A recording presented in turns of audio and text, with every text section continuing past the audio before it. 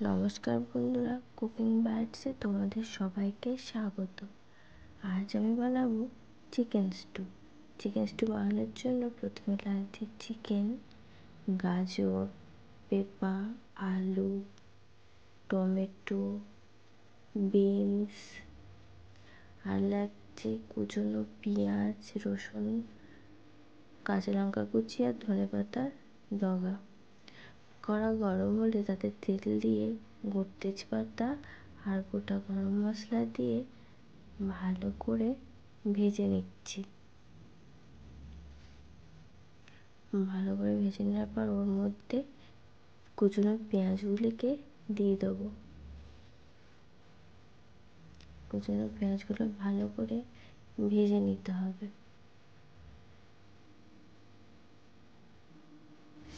ওর মধ্যে অ্যাড করবো রসুন কুচি। রসুন আর পেঁয়াজ কুচিগুলোকে ভালোভাবে নাড়িয়ে চাড়িয়ে ভেজে নেব। ভেজে নেওয়ার পর মধ্যে চিকেনগুলোকে দিয়ে দেবো। চিকেনগুলো আমি বড় বড় পিস করে কেটে নিয়েছি, তোমরা চাইলে ছোটো ছোটো পিসও করতে পারো। ভালো করে নাড়িয়ে চাড়িয়ে এপাশ ওপাশ ভালো করে ভেজে নিচ্ছি।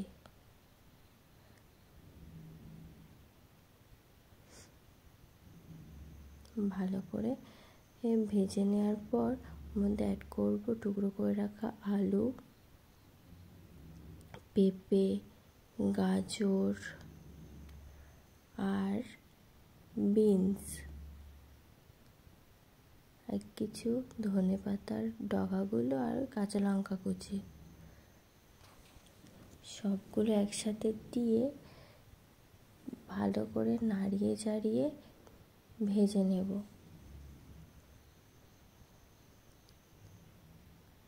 ভালো করে ভেজে নিতে হবে। ভেজে নেওয়ার পর টমেটো, কেটে রাখা টমেটো, সামান্য হলুদ ও 1 চামচ নুন দিয়ে নাড়িয়ে চাড়িয়ে ভালো করে নাড়িয়ে চাড়িয়ে নেব।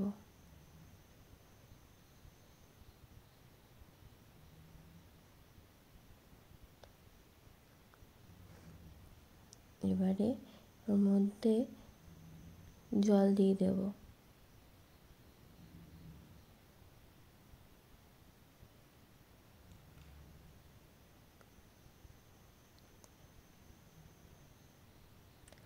জল দিয়ে হয়ে গেলে ওটাকে ঢাকা দিয়ে দেবো ফোটার জন্য।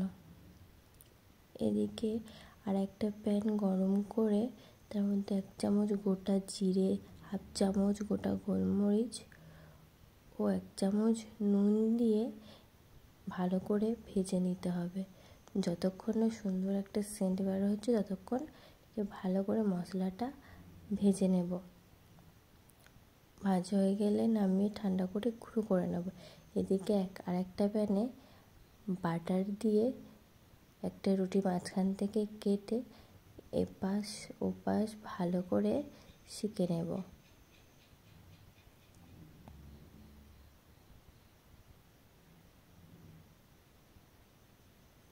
এবারে ঢাকনাটা খুলে দেখব সব কিছু ঠিকঠাক সিদ্ধ হয়েছে কিনা। এর মধ্যে 1 চামচ গুঁড়ো মশলা দিয়ে দিচ্ছি।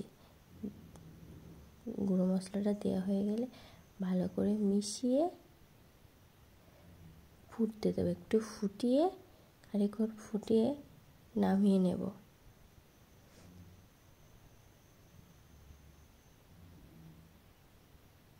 এরপর গরম গরম সার্ভ করব রুটির সাথে চিকেন স্টু। ধন্যবাদ।